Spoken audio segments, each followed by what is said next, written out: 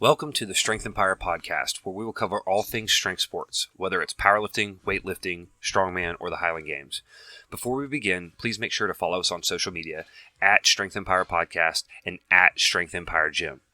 Also, if you'd like more information from us, you can find it at strengthempire.gym.com, as well as checking out the Strength Empire TV YouTube page for footage on training, throwing, nutrition, and meal prep and technique breakdown, etc. The last thing I'd like to ask you to do is to make sure you leave a 5-star rating and review on your podcast platform when you finish this episode. And if you could share it with your friends, that'd be awesome as well. Now, I promised that we would read out some of our reviews as we got them for the podcast. So thank you to everyone who has left us a 5-star rating. And we've got a couple of reviews. The first one from Matt Parlier, Matty Pizza. It says, Justin has a wide variety of strength athletes on to discuss life and training. Pretty direct and to the point. From the Dr. Zach Riley, we have Justin is pretty much the smartest guy in North Carolina. I trust his training advice over anyone else, for sure. Now, I know that's not true, but I appreciate the flattery. Dr. Zach, who, look that guy up. He's a genius. We'll have him on at some point. And so far, my favorite, from the Haas nurse, Chris Chambly. He reviews us saying, "We are amazing. The intellectual content is only surpassed by how strong the pull of the host's voice is, drawing you into an audible explosion of happiness. This should be played through speakers on the bellies of pregnant women to ensure male children are born with seeds of future legendary beards, and the female children break records held by weaker men. 5 stars all around." The irony of that one is my beard is pathetic, unfortunately. But thank you to those who have left us some reviews. Those are just a couple highlights there. And I'm really excited for today's episode. This is going to be Season 1, Episode 6 of the Strength Empire podcast, with our season of strength athletes or crossover strength athletes with my good friend and longtime training partner, Derek Wilcox.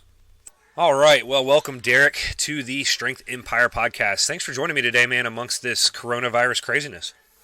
Yeah, not a problem. Happy to do it. I'm not really doing a whole lot else right now. So yeah, I meant to ask you this like yesterday or a little bit ago, but how is this coronavirus stuff, what are you doing now, and then how is this affecting what you're doing now? I'm a nutrition and training consultant for Renaissance Periodization right now, doing that full time since I finished up my PhD.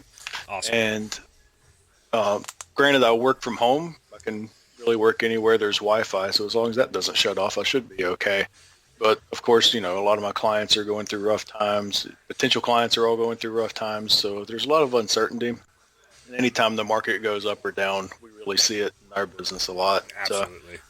We're just trying to, as a group of consultants and people at RP, we're trying to do the best we can to help facilitate people staying on their normal training routine, because really that helps quality of life quite a bit in general.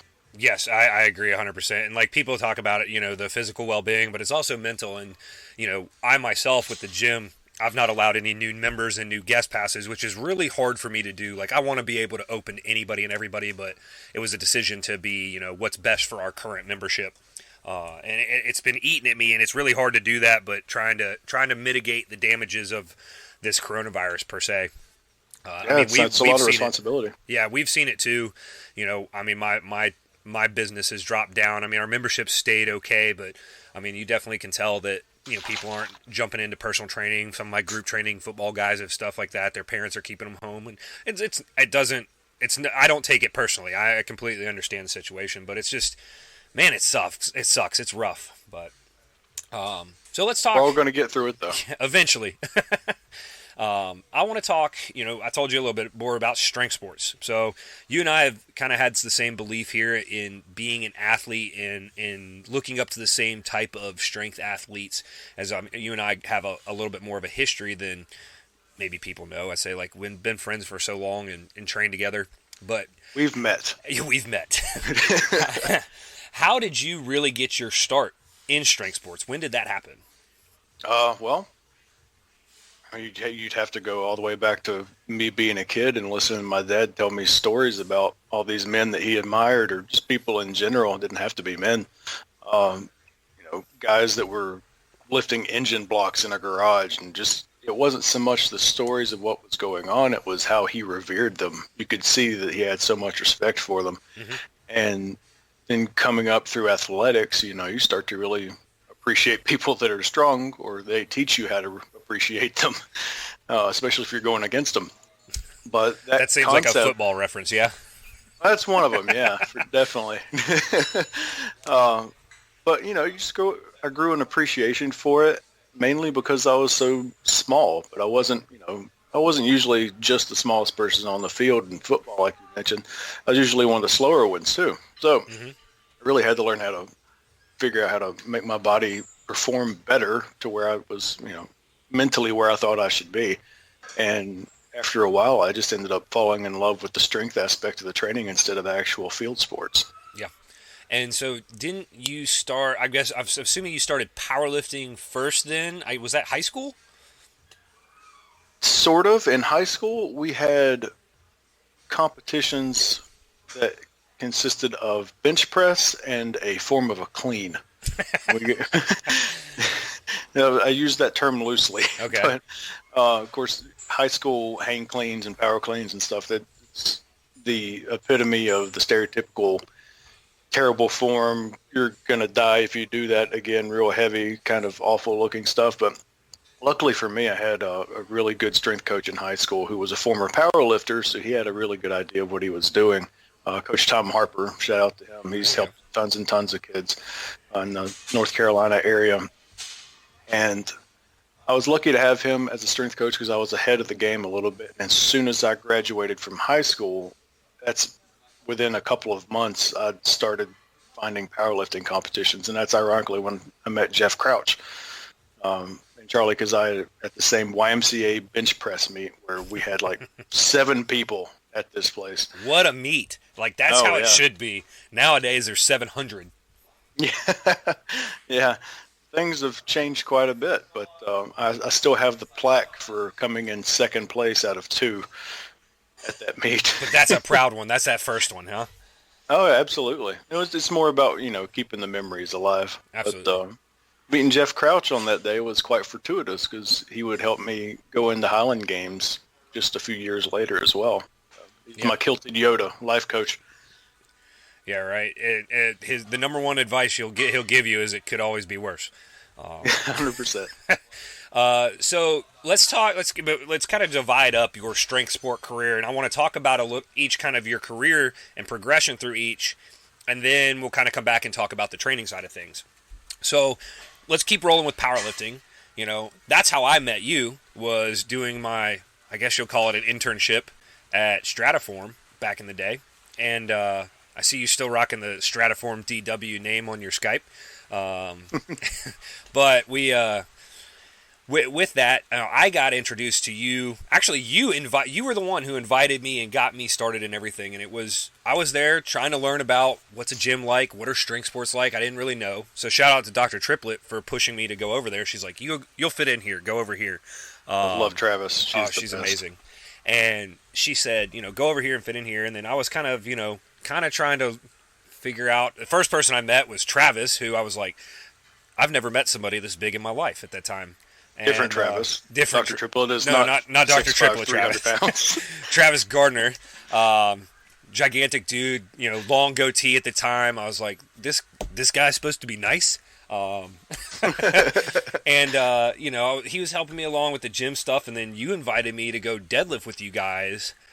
And I remember seeing the video. I think Buddy Nichols has it on his YouTube, and I was like, it was the worst looking deadlift I've ever seen in my life. But I pulled technically a 50-pound PR that day, and I was just like, I called my dad. I was like, Dad, you'll never believe what I'm doing right now and who I'm with and what I'm seeing. But that was my introduction into powerlifting.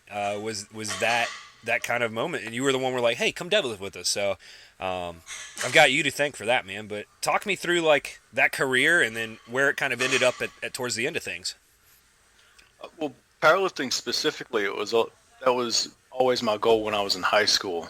I've talked about this before on a few other shows. I had the all-time world records list that listed out the weight class. This was before weight classes had changed in the IPF and USAPL, et cetera, et cetera. Everyone had the same exact weight classes, and it had been that way for half a century. Mm-hmm. So everything was very standardized. So everything from 114 all the way to super heavyweight, you had one name, next to a number and a weight class. It was regardless of federation, regardless of circumstance, regardless of excuses. You had one name, one number, one weight class. And I always wanted to be on that list. And I carried that list around with me in my notebooks for years in high school. So powerlifting was always my number one goal. I knew I would enjoy other sports, but that was always priority number one. And I started lifting in single ply as soon as I got out of high school. I did one raw meet before raw was really a thing. It was raw with wraps. And now the only reason that happened was because I got to lift in it for free because I helped set up the meet the day before. So I just went out there in a sun hat, scarf, and all kinds of crazy, goofy stuff and had fun. But, as time went on, I was still trying to work toward getting on that list.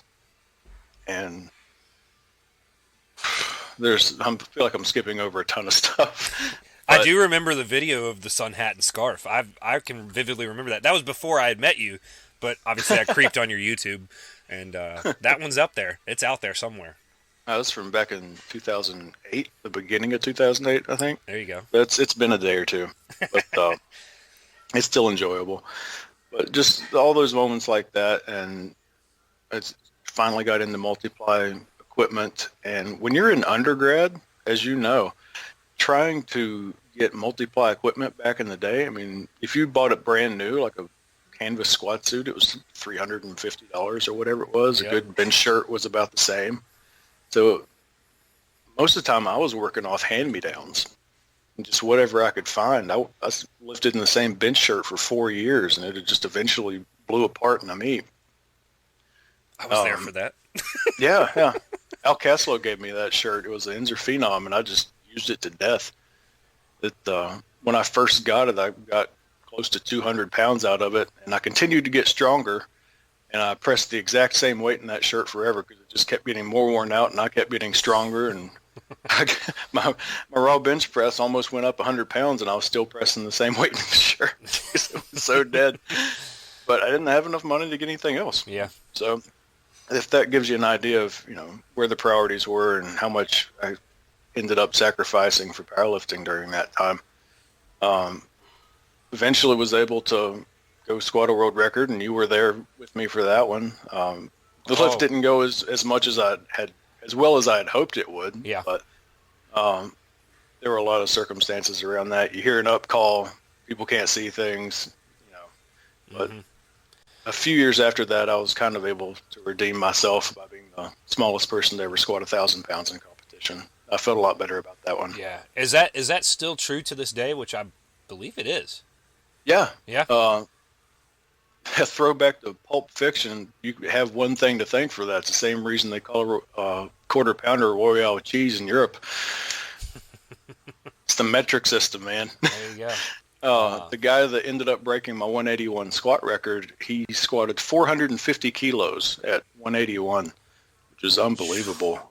And squat looked pretty good, too. The dude's extremely strong.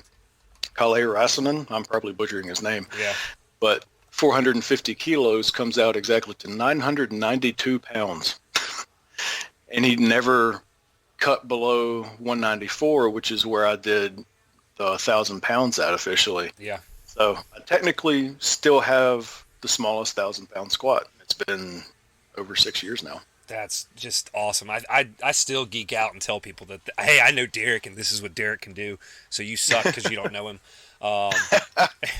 My brother, I don't know if you had a chance to listen to this podcast at all. My brother actually gave you a really good shout-out, and he gave his success so far a lot to our environment of us training together, and him coming along and starting to train with us, and the idea that seeing other weights lifted, he was allowed to turn off his governor of what was possible or impossible.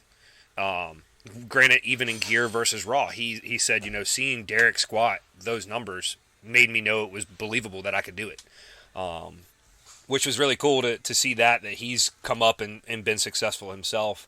And quick story, and this is the tangents that I don't want to get off of, but your weight cut for that 181 squat was, boy, there's a couple times I've been worried in my life about how people are doing. and the drive from Boone to Asheville, and I was lifting too, but we had the heat blasting, and you were in like garbage bags and winter coats, and we had to keep rolling the windows down because it'd get too hot, and you were going to pass out. I mean, it was about as much as I could take. Yeah, that was not fun. And then after we got there, I missed weight by a little bit and had to go to the sauna that was upstairs. Oh yeah, that was not good either. Ended up dry heaving and getting sick. And, yep. But then we ate so good. I mean, man, when we go Huddle House or whatever it was, and then we that Italian joint. Back. Yeah, we went to I don't even remember where we went for breakfast that morning. I was probably still in the days, but we went from one place to eat and sat around and moaned and groaned and just drank water and ate salt until it was time to go to the next place to go eat. Yeah, I can't ever remember the name of that Italian joint, but we had the best chicken parm I think I've ever had. Oh, super good. Looking back at that now, it was nutritionally, it was too much fat to have at that point, but it was still one of the best reconstitutions that I've ever had. No IVs, no anything like that, and I didn't use any diuretics or anything. Yeah. So it made the sweating a little bit more intense, but I didn't have to worry about hormone and chemical balances in the body shifting fluids away. Yeah. So that's one big benefit of not going that route. But yeah, that was a tough cut, but the reconstitution went really, really well, and it's one of the million variables in multiply lifting that you have to get right to have a successful day. Yeah. So talk to me about that a little bit. So do you think that it's more common to see the drastic weight cuts in multiply lifting, and or do you think that it affects multiply lifting more than raw lifting, and why? Well, that's a really interesting thing. Like I mentioned with multiply lifting, the amount of variables it almost exponentially increases compared to raw lifting. I tell people all the time, raw meets are super simple. When they ask me why I didn't do more of them, I basically did a raw meet 2 months out before every equipped meet that I did, because the training goes from, or my training goes from high volume, build muscle, build a working capacity for how much lifting you can do, get in shape basically, gain muscle, and then through the blocks you move toward the heavy triples and the heavy singles, et cetera, and before you start into equipment on my program, you basically max out on your primary lifts to see where you are, and it also helps condition you to putting on the gear and the relative intensity going above 100%. Mm-hmm. So everything seems simple then. And then anytime you have a body weight shift up or down, the equipment fits differently. You have to have equipment altered if you want to get the most out of it, and that changes everything. Just if you don't know what you're doing, you're taking shots in the dark trying to figure out, if I tighten it here, how's it going to respond, and blah blah blah. I wouldn't say it's quite akin to motorsports in that way, trying to figure out a good tune-up before you go to your powerlifting meet to get your equipment right. But every little thing you tighten down, every little way you adjust it, your body has to compensate. And every bit of carryover that you get from equipment, it doesn't just appear when you put the suit on. If you're familiar with physics at all, Einstein is very famous for saying every action has an equal and opposite reaction. Every bit of that 200 pounds that you're supposed to be getting, in air quotes, from a bench shirt or a squat suit or whatever, your body is absorbing that potential force, and it is crushing you, and you're having to stay stable underneath that additional force for that carryover to ever happen. And a lot of people figure that out when they put equipment on, and they figure out real quick, oh, this isn't for me. I'm going to go back to what doesn't hurt and is easy. Yeah. And there's nothing wrong with that. I fully support everyone doing whatever makes them happy. It's just a whole different ballgame. Absolutely.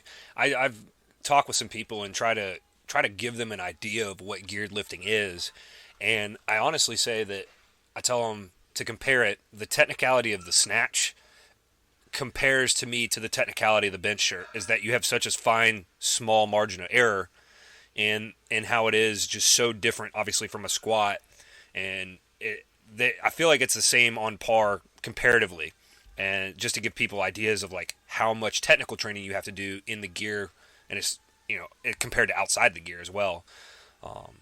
Absolutely, I would agree with that. Yeah. The difference being that there is a dynamic type technique application with a snatch or a clean, whereas it's very static with the shirt. Yeah. But anytime you change shirts or change how the shirt fits or anything like that, it changes the technique to a certain extent. So it's like going out and having to lift a different bar and adjust your snatch technique to a different shaped bar or something. So it's a constant cycle of, oh, I got it figured out. Oh, that shirt's worn out now. I have to get a new shirt. Oh, I changed all my technique. I have to, figure out how to work this again. Yeah. So it's a constant cycle. So where did powerlifting lead you? What were kind of your best numbers, or what was your best performance on a specific day? And then what kind of, I know personally you kind of hung it up. I don't know if that's forever, but where are you at? Where'd you come to? How did it all come to fruition, I guess? The best single day I had in powerlifting number wise was the only time I didn't make weight on a cut. Ironically enough. Yeah, there you go.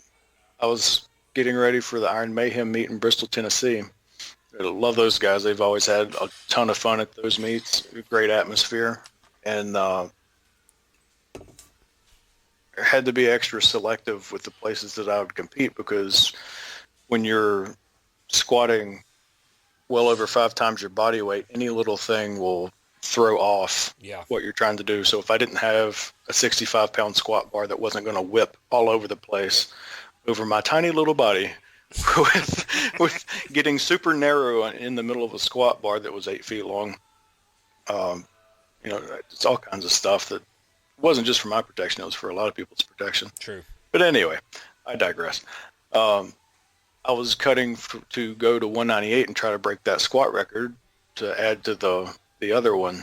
And I'd had nerve compression issues in my lower lumbar spine, like the L4, L5, S1 area.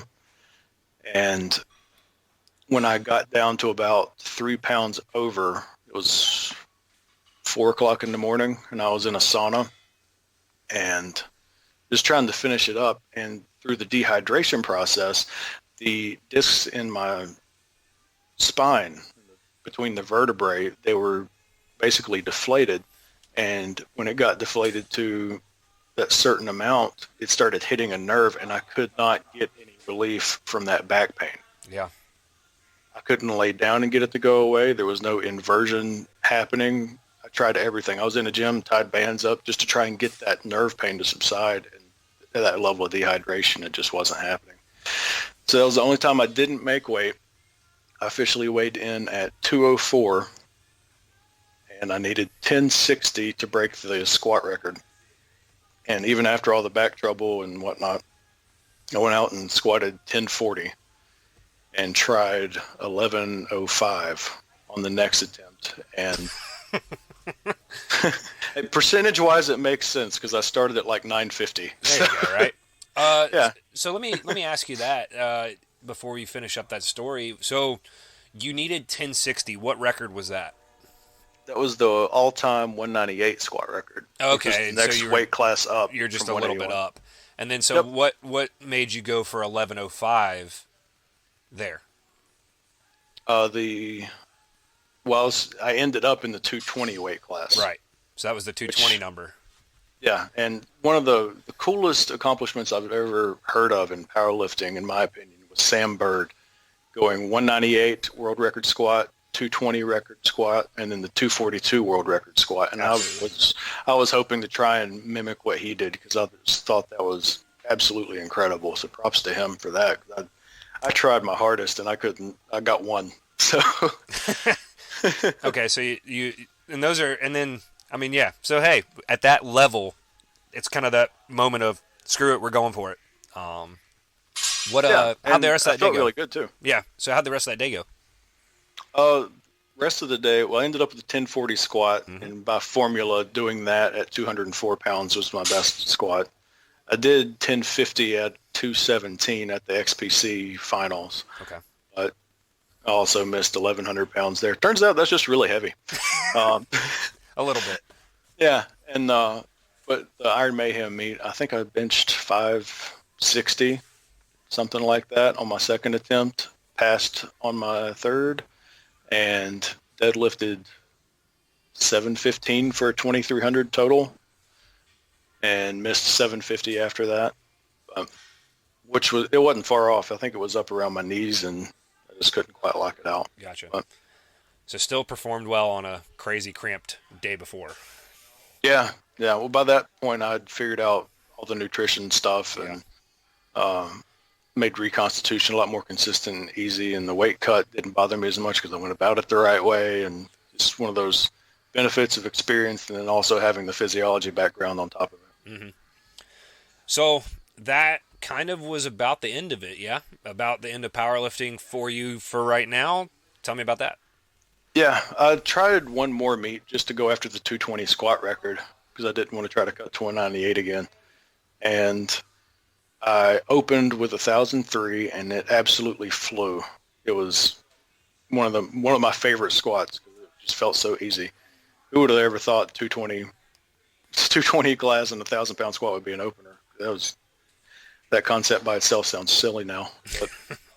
But, I jumped straight to 1102 after that and missed it. Kind of left my suit too loose and had everything set up real well on the third time, but the second attempt was such a car wreck of a miss. I fell forward and people couldn't catch it quite in time, and they pinned the bar up against the mono so I could get out from underneath it. But that was actually the last meet that I went to. Okay. Mentally, I still want to go do more, but my hips and knees and elbows and shoulders and wrists all disagree. All the joints. Yeah. Okay. Well, obviously, I know a little bit more about you, so let's delve more into what other strength sports did you do throughout your powerlifting career? I mean, you've kind of done all of them, but at what point in time did you start with weightlifting or strongman or Highland games? Well, with weightlifting, I mentioned that we did cleans and stuff in high school. They weren't very good, but they hit the right points as far as hitting a good power position or a mid-thigh position, because that's where we did our hang cleans from. Mm-hmm. So I had some instilled power there, and it helped my vertical jump a ton in high school. So whether or not we were doing it for the right reasons, we were doing the right things, and that worked out. But I did my first weightlifting meet in 2009 and had a blast. I think what did I snatch? It was 95 kilos or something like that. I don't remember what weight class I was in. It wasn't very heavy. I was probably 190 something at that time, whatever the weight classes were then. And I think I clean and jerked 130 kilos is 286 and missed 140. And from then on, I kept working up, and eventually I qualified for the American Open, and that was kind of the goal that I had for myself. I just wanted to be able to qualify for that, to say, okay, I didn't suck at this sport, so I can kind of hang my hat on it and have fun with it the rest of the time. Okay. What were your best actual weightlifting numbers? In competition, my best snatch was 120, and best clean and jerk was 147 and a half, I think. Okay. I tried 150 a lot, but I got called for 3 different press outs, I think. Yeah, I know you have a little bit more of a unique weightlifting style, if you want to call it that. Is that you do kind of it is almost like your multiply squat stance of a power jerk. Yeah. People aren't used to it, man. I know it trips people out, and sometimes I wear a super fluorescent hot pink singlet, and that helps throw people off as well. Oh, absolutely. I've thought about wearing it's not quite the Borat singlet, but it's like the old school Vasily Alexiev, where it's like one strap down the middle to like a little square short. I almost wore that the last meet I did, but I kind of wanted to take it a little more serious because I actually was lifting really well. But if I do another meet, I may end up, they're like $15 on Amazon. I'm like, dude, the pictures and the comedy that would come from that means more than the numbers ever could. Absolutely. I found out many stories about wearing a hot pink singlet at a weightlifting meet. It actually bothered Dr. Stone so much he had to get up and walk off. Yeah, right. It was his meet, so he wants it taken seriously. But I'm just out there having fun. What about strongman now? Let's talk about strongman. I know you did that a little bit. Did you ever have any aspirations there, or what did you enjoy the most out of strongman? Uh, Strongman, of course, the event variety is so immense because you have an idea of what you're going to go into in a lot of competitions. Some competitions, they don't tell you what the events are going to be. You just have to go in there and try to strong everything to death. But I enjoyed the camaraderie and the pressure, and the time limit was fun too. But Atlas Stones was definitely my favorite thing because deadlift variations I was probably better at, the partial deadlifts and stuff like that. But Atlas Stones were unique because I get the deadlift all the time anyway. Right. But the stones were great, and I absolutely hated truck pulls. It's the most painful strength event that I've ever done. Regardless of how heavy it is or what the situation is, circumstances, it just always sucks. And then now let's dive into Highland Games a little bit because I got some questions. I'm going to kind of bring this all together. Tell me about your Highland Games career. How'd you get into that, and where did you want to go with that, etc.? Well, Highland Games, I didn't touch on this in Strongman, but my aspirations were very low because I'm a very low person. 5'6" or 5'7", and I had no illusions of me going to World's Strongest Man when everybody's a foot and a half taller than me. I had to shoot a jump shot with an Atlas Stone that was 200 pounds to get it up on a 72-inch platform. So that's insane. At that point, I knew this long term, not the best plan. But I kind of understood that about Highland Games as well. But I wanted to at least get to the A class. Okay. In the Highland Games, you usually start off in the B class on the eastern side of the country, and there's a C class on the western end, I believe, that was for beginners, or at least in some games. But when you look at the physics, I don't have a short reach overall, but the shorter people, it's very hard to generate force in a rotational manner just from how physics work and such things. I don't remember exactly how to do those calculations off the top of my head. I'm with you. Longer radius equals going farther. Yeah, big circles, more faster. I'm writing that one down. So I didn't think I was going to go out and break world records in that, but I genuinely love the Highland Games for the camaraderie. I don't think there's a sport out there that's got better camaraderie. People are out there to have fun. They don't take ourselves overly serious because, in the South, it's usually a bunch of rednecks that are wearing skirts because nobody understands what a kilt's for. So you have to have a certain brand of person that's willing to go do that in front of a large crowd of people, literally in the middle of a big field where everyone is watching you, to be wearing that and catch flack. And lately the joke's been we're next to corn dogs and funnel cakes, so I mean it can't be that great or can't be that serious. Yeah, and with the culture, there's probably two people that have those nicknames. So, but what kind of with all these different strength sports, what grabbed you? Why did you gravitate to each different one? At what timing and why did you do so many different things? Well, the thing that ties them all together, and this isn't just strength sports, it goes into Olympic sports like sprinting or rowing or curling even. Of all the athletes that I've been around, and I've been around thousands at this point, I've never heard a single athlete that was competitive complain about being too strong. It just hasn't happened. Even golfers. I exclusively worked with golfers for 5 years at ETSU, and nobody complained about being strong in that much of a refined skill sport. In any sport you go to, it never hurts to be strong. So that carries over to everything. Okay. But what kind of drove you to trying all these different ones instead of just sticking with one? Well, I think part of it was putting so much pressure on myself to be really good at powerlifting. I always felt like I was an athlete of some sort. and I wasn't just going to pinhole myself to doing one thing. And then I saw Mikhail Koklayev from Russia, who was kind of my idol in that regard. He would go and finish in the top 10 in the world's strongest man competitions pretty consistently. And he was also a Russian national champion in weightlifting, which was his primary sport. So when I saw somebody crossing over and doing things like that, he ended up throwing an unofficial world record for weight over bar in the Highland Games as well. I was like, wow, this guy is doing everything. And then lo and behold, he went and did a powerlifting meet, had an incredible total there.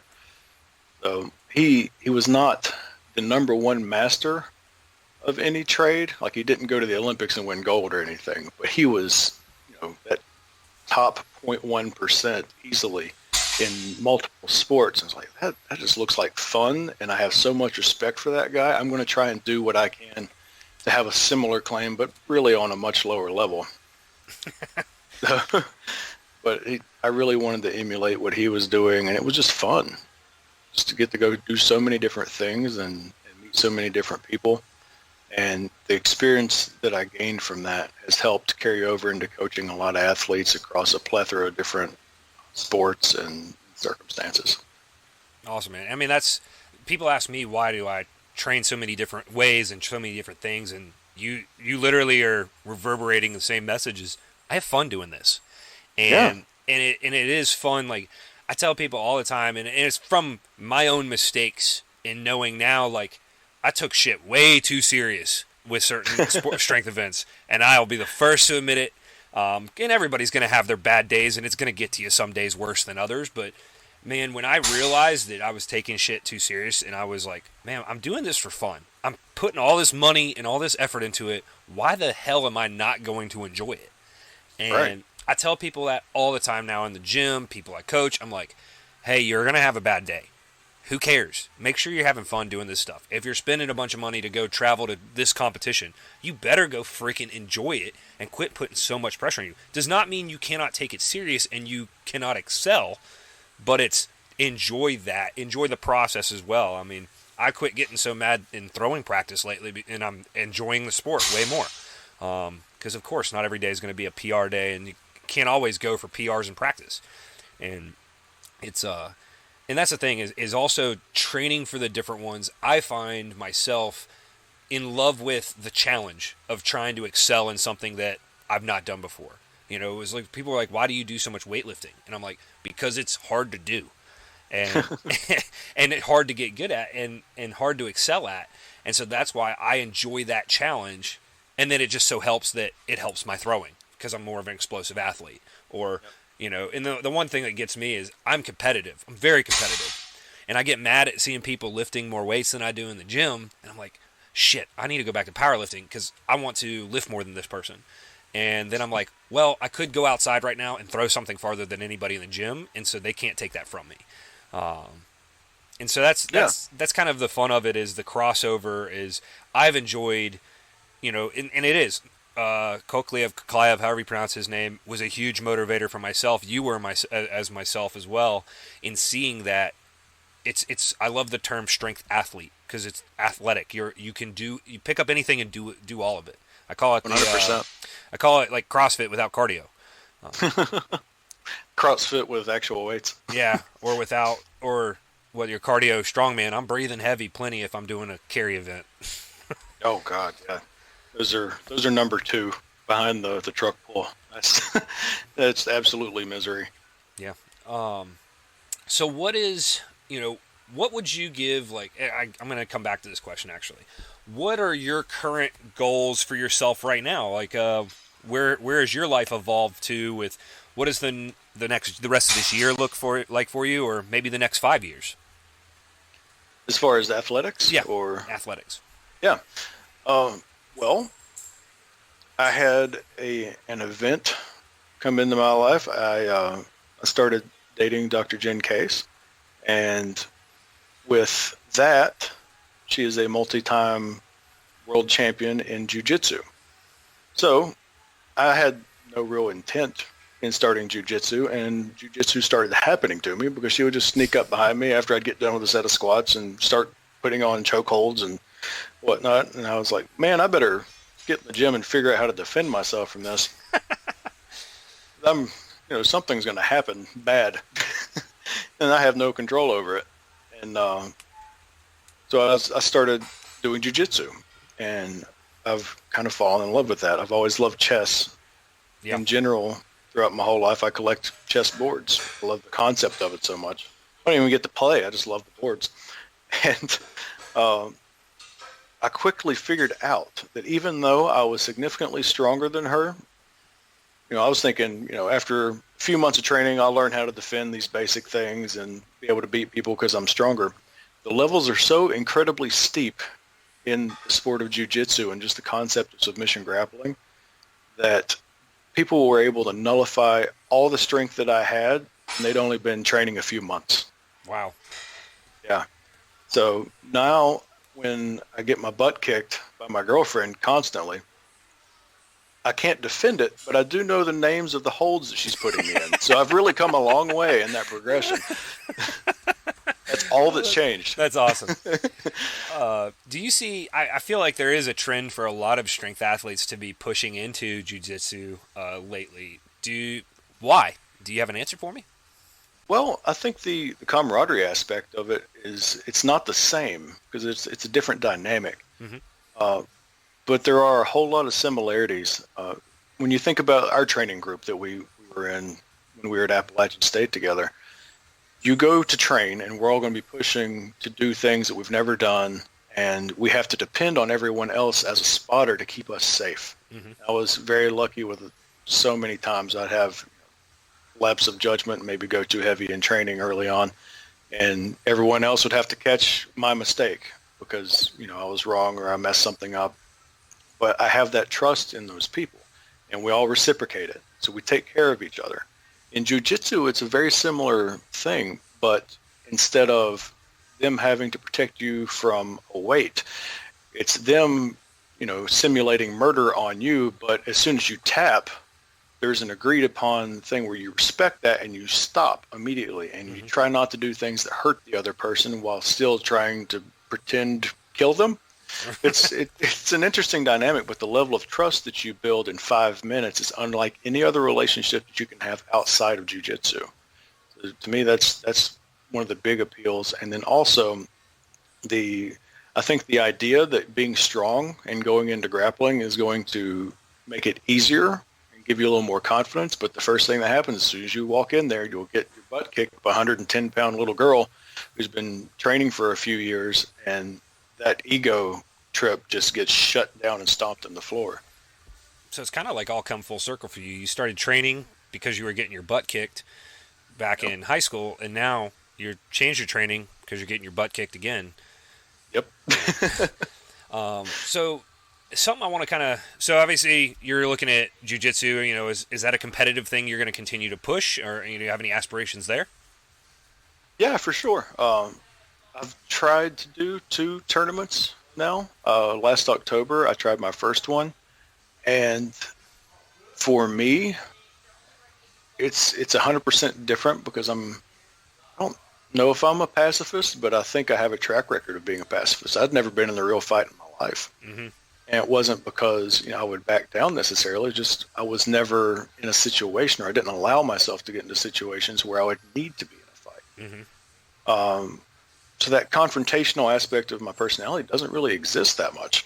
So mentally, it was something that I saw as a weakness. A big thing that I believe in is that there's no such thing as being merciful if you don't have power, if that makes sense, because, there's nothing noble about a bunny rabbit in that regard. Because a bunny rabbit's not going to hurt anybody, but there's nothing noble about that because it can't hurt anybody. Carrying a big stick but still speaking softly, that is admirable because you have the potential for violence and you don't. So that is worthy of respect to me. And I really needed to find basically my big stick to walk around with. I needed to know myself that I have this potential for self-defense or taking care of something physically one-on-one with somebody else. And then it's a different dynamic. It's more of a self-respect thing for me. Okay. And that's really helped a ton with me feeling secure and things like that. But it was something I had absolutely no idea that I was lacking until I started jiu-jitsu and felt myself freeze up because I couldn't go 100% against another human being, even though it was agreed upon beforehand. I didn't want to hurt anybody. Okay. It just didn't make sense to me. And over time, I've developed, it's not a killer instinct by any means. I'm still a pretty big wuss. But I've found a mental channel to where I'm not cutting loose like I did on weights, because those are inanimate things and that's easy to cut loose on. But I broke through that barrier to where I could do that with another human being, but I can still turn it off immediately if they tap. Right. Okay. That's a unique perspective. I've never thought of it that way personally. Absolutely, completely different from a wrestling standpoint. Because obviously submission is different than what you have in wrestling. So in terms of a point score or a pin, completely different. So that's an awesome perspective to have on it, Derek, and I appreciate you sharing that, man. That's something I feel like is missed, especially in today's society. People don't grasp that idea very easily.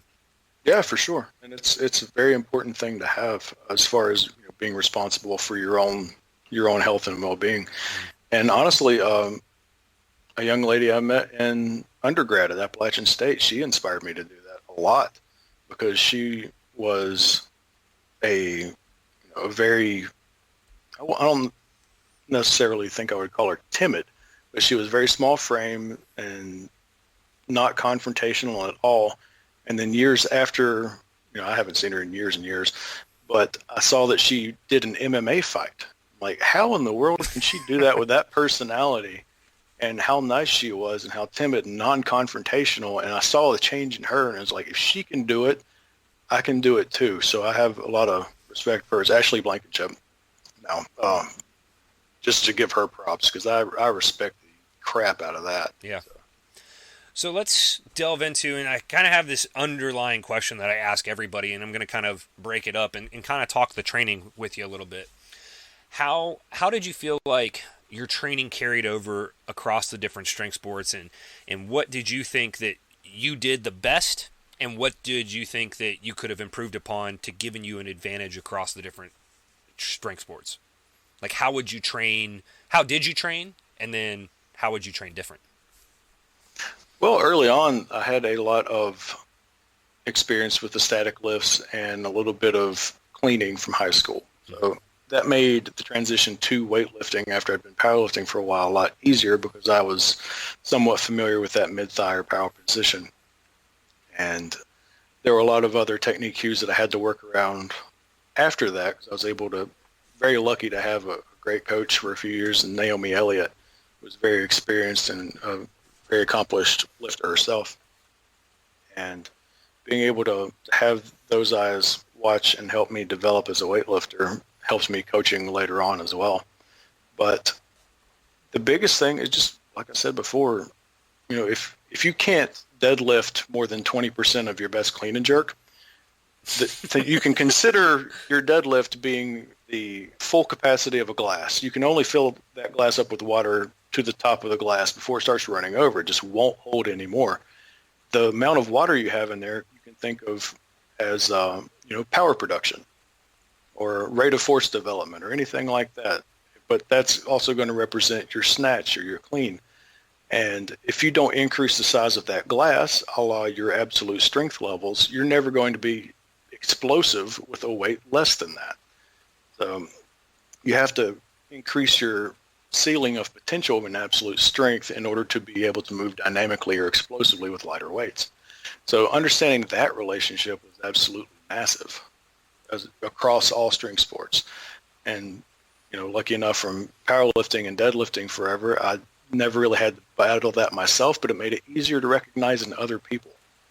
So if someone was struggling in weightlifting, I was like, well, you've been stuck at this plateau. Have you been pulling heavy off the floor? What's the heaviest you've pulled? Oh, it's only 15, 20% better than your clean and jerk. And you consider that an overload. And it's not really an overload. You need to just get stronger to make this better. Technique's always a prerequisite in that regard, but that's one of the more common things as far as mistakes I've seen in weightlifting, just because of seeing that crossover by competing in multiple different sports and seeing all the commonalities in between them. Technique is always first, but you cannot substitute being strong. Oh, I like that one too. Boy, you got a bunch of one-liners in this one, buddy. I take notes as I'm doing this to use some of these, and I've got like 6 down right now. I love it. So, what would you have done different at this point? And you've had a very lengthy strength career already. What would you do differently, or what would you tell? This is my kind of awesome question: is what would you tell your younger self in powerlifting? What would you have done differently with your training, with everything that you've done now? Well, it's hard to say that I would want to have done things differently. Okay. As far as how I trained in the sport, because all those things ended up teaching me different lessons. I mean, I trained strictly West Side conjugated bands, change, 17 different conjugations to all the powerlifting verbs and nouns, and everything I could ever dream up of through that. So I figured out how to create a giant powerlifting apparatus with bands and chains and blocks and everything under the sun. But eventually I figured out, this stuff, some of it's not necessarily founded in research. Mm-hmm. And towards the end of my powerlifting career, I used bands 2 weeks out of a 6-month cycle. And that was just a light reverse band to help with an overload and an overreach portion. So those things are not necessary. They can be really good tools, especially for a coach, if you know exactly what you're trying to get out of an athlete, whether it's increased intent in pulling or something like that, just do the accommodating resistance curve with band tension or chains or whatever.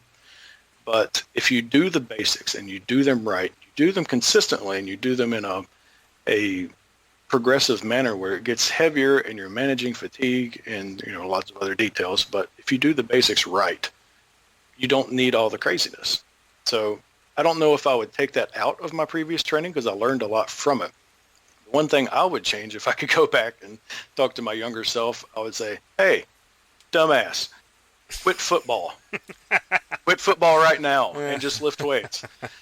Because 90% of my injuries all came from football. I had one shoulder dislocation from diving after a basketball one time, but everything else, my 2 dislocated hips and the other 6 shoulder dislocations, all came from football. And like I said, I wasn't always the smallest guy, but I was usually one of the slower ones too on the field. So I had no future in doing that, but I didn't know what else to do. Mm-hmm. In the end, I was trying to play football just so I could stay in the advanced weight training class. There you go. But I would tell myself that for sure. Okay. If you could tell yourself, and kind of take that same question with weightlifting, strongman, and Highland Games, what would you have done different with each of those sports to excel even more than you already had? In Highland Games, it would be stop trying to stronger your way through technique.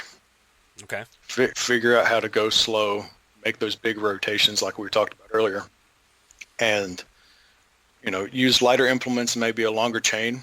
I did that with Eric Fraser a few times, and it seemed to help a lot. Even then, I was still too impatient to try and sit and get the form right and then slowly accelerate from that point in training. Strongman, I don't know. I didn't have a future in that to begin with. It was just go have fun. So I don't think I have too many regrets in that regard. With weightlifting, I've been so lucky to be around very wise and knowledgeable people in weightlifting. Like I mentioned Naomi earlier, but of course going through my master's and PhD at East Tennessee State with the Stones, and being around the weightlifting coach Satoshi Mizuguchi, who was an absolute stickler for technique, and all the people that came through there before and while I was there. Incredible weightlifting minds. Mm-hmm. And getting the input from them and seeing the way they coach and the concepts, it's hard to say I would want to do much else different with weightlifting because it would take time away from the powerlifting training. But honestly, I've just been extremely, extremely lucky. Like all the circumstances of being around people who are really smart to learn around. I mean, how many people can talk about being around Olympic level coaches for sprints and rowing and weightlifting and throwing, but also being around people like Louis Simmons and Right. Rick Hussey, and being around coaches from all over the country at the highest levels. So I'm not necessarily religious, but I'm very blessed in that regard, for sure. I hear you.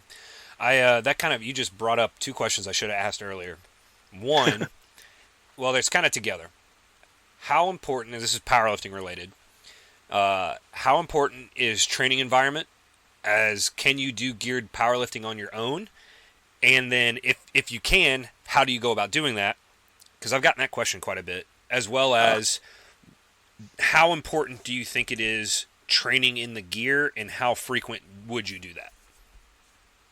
Okay, so there are three questions there. Yeah. I know. I do this all the time. What was the first one again? First one is training environment for geared powerlifting. Can you do it on your own? Okay. Training environment for powerlifting in general, that helps a ton. Just like you mentioned with your brother, seeing the environment and kind of getting recalibrated as to what is really potentially possible for you to do. Taking that governor off mentally. For me, that was going to the WPO World Finals in 2006 and then 2007 right after that. Seeing Alexander Kutcher deadlift 794 pounds in the 165 class completely removed that for me. And then seeing Chuck Vogelpohl come out like a rock star and squat 1,100 pounds at 275. I think he weighed in at 264 that day. But seeing those kinds of things, and then on top of that, having great training environment where people are positive as reasonably possible, and people believing in themselves, and seeing driven people, people who are really wanting to go after what they set their goals for. And there's a giant difference between, I'd like to go achieve this, and then I want to go achieve this. Like, you're going to do whatever it takes to go make this happen, as opposed to the idea sounding nice and I wish I could. Seeing that in practice is a life changer, regardless of sport or profession. You have to, if you want to achieve something, you go do whatever it takes to go do it. So seeing people like that in life, that helps immensely. But that's regardless of sport. The atmosphere for multiply equipped powerlifting, you have to have a certain amount of people that are completely insane, that are willing to put those super maximal weights over their face or on their back and stuff like that. And then the people that hang around the spot as well. It does make training by yourself in multiply equipment almost impossible. I've seen people do it, but they can't get the proper carryover out of the equipment because you can't hand off a bench shirt that's appropriately tight to where you're going to get a maximal carryover out of it. Yeah. You have to have help. It ends up being a team sport, even though only one person is getting the glory, so to speak. It's kind of like NASCAR in that way. You have a gigantic multi-million-dollar team that's all pushing one person to go win a championship. Yeah, I'm with you there, man. And I think that's something that I still live like pride with, is that our training crew, the success of all those individuals. It's like even though I didn't lift the squats that you did, or I didn't bench what so-and-so did, it's still like being a part of that, from that team atmosphere. You feel such a different part of that. And I think that that's what's missing with a lot of powerlifting today, is that people are doing it more on their own, which, because it is more raw, we have to be real about that. But it's not, it doesn't have to be that as well. I'd love to see more of that group focus coming back, more of the training crew focus coming back, because I think that that's so crucial. And then it's like, it is, you get to celebrate your teammates or your training partners' successes as much as your own. And that's what keeps that drive going. Absolutely. I miss it, man. People from other sports don't really understand how close you get with your lifting mates to where, you know, you'll drive halfway across the country just to go help and wrap knees for somebody. Yeah. And then hand off a bench. And then that's really the main reason that you're there. You don't really do much else. But it's that level of dedication because you build that really close bond of, okay, I'm going to try this. I know you've got my back if I miss it or something happens or I get hurt. You're going to pull this weight off of me and you're not going to allow something bad to happen as much as you can.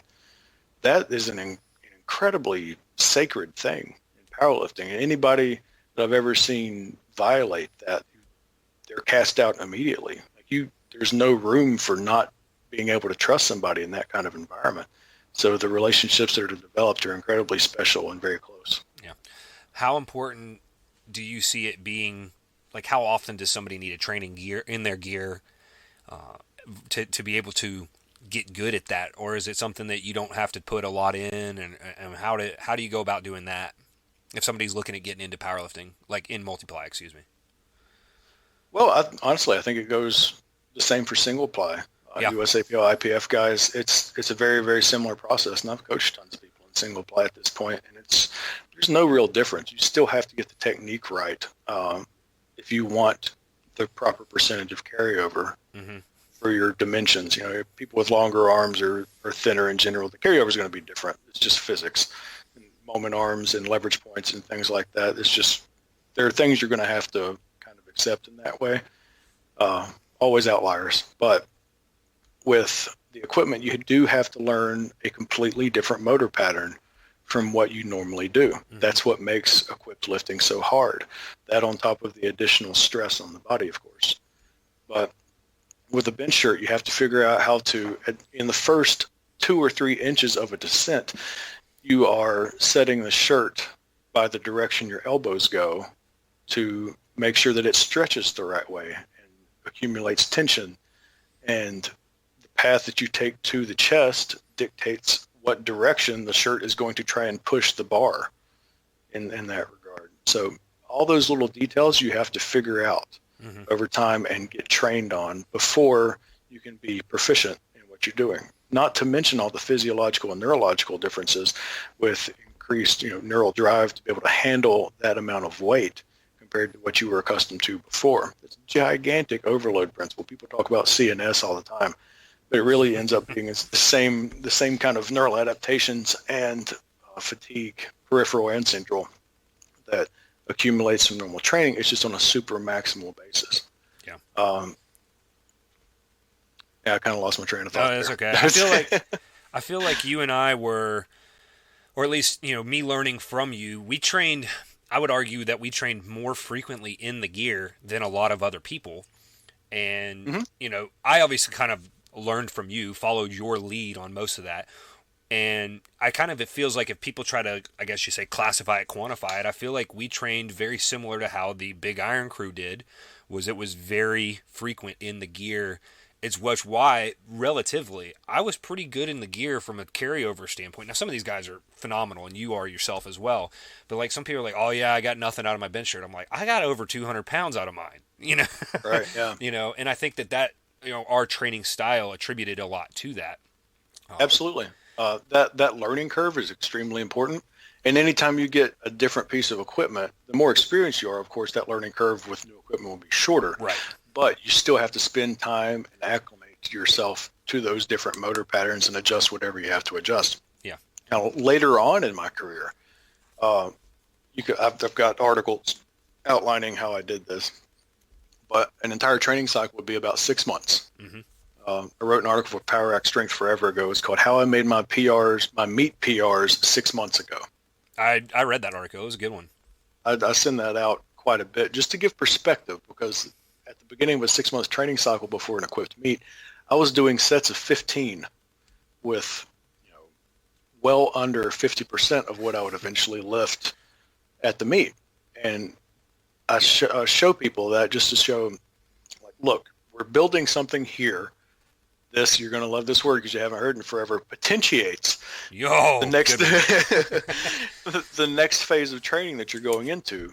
And what you do there potentiates the next phase of training, which is high volume, moderate volume, but higher intensity. And then, overall maximal strength training, like I talked about before. You're basically doing a raw meet in training.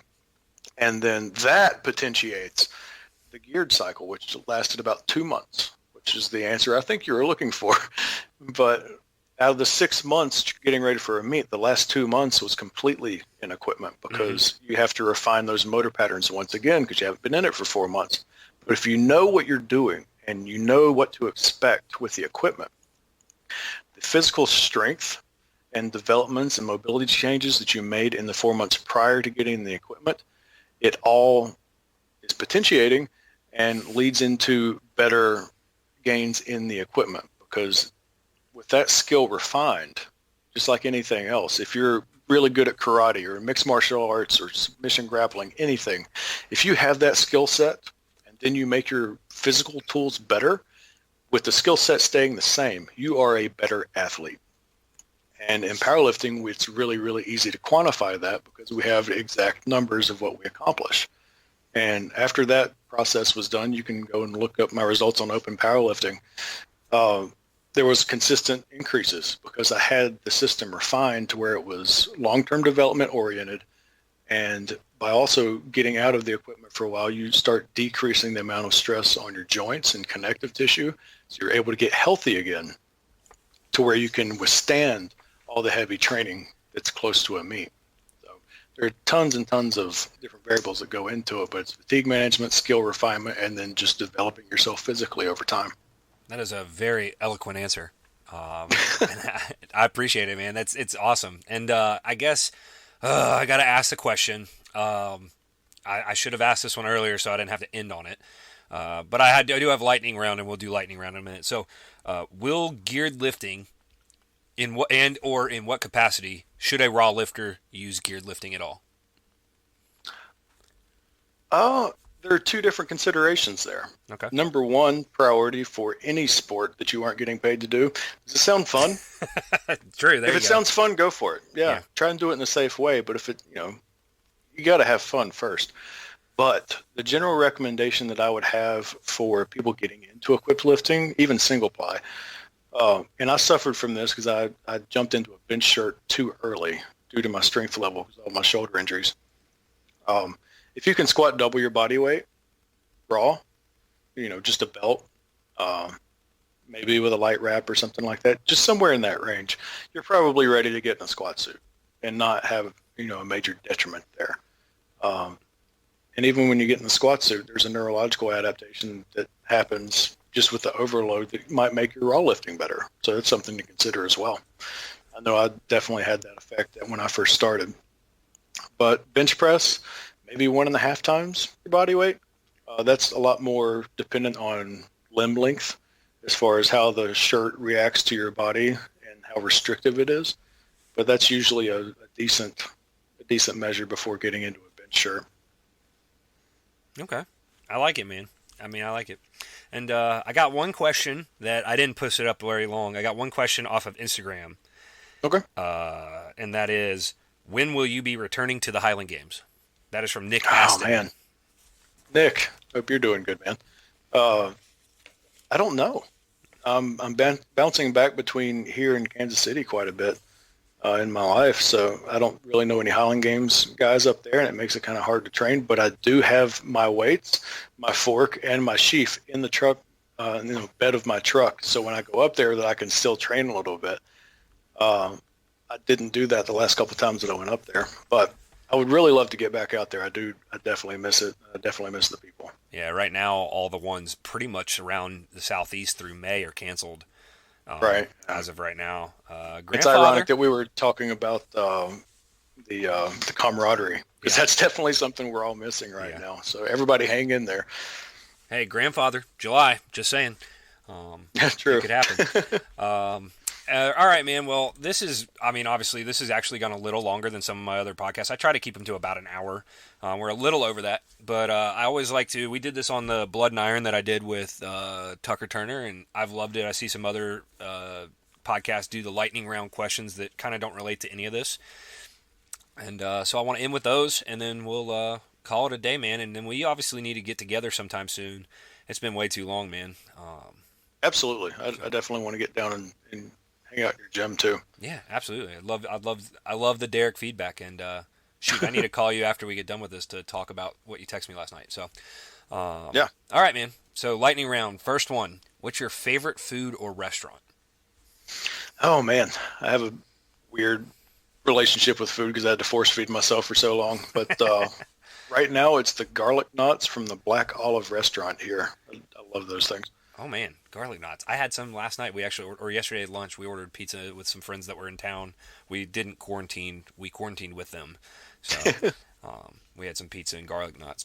What's your favorite beer? A common beer would be Yingling, but I really just love the stouts and the porters. Okay. Yeah, I know you're a Yingling fan. Derek has pulled a deadlift PR about 4 or 6 Yinglings deep one time. That was a great day. Yeah, I drank a six pack of Yingling, hit a PR, couldn't drive home. What is your favorite lift to do? Like if you had to pick, if somebody said you only get to do one lift forever and ever, what are you picking? Clean and jerk. That's not what I expected. I was ready for squat to happen. So all right. So why the clean and jerk? It incorporates everything. Okay. That and squats hurt now. Now. Okay.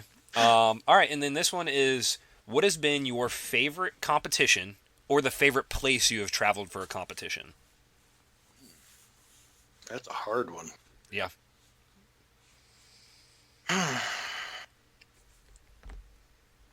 Wow.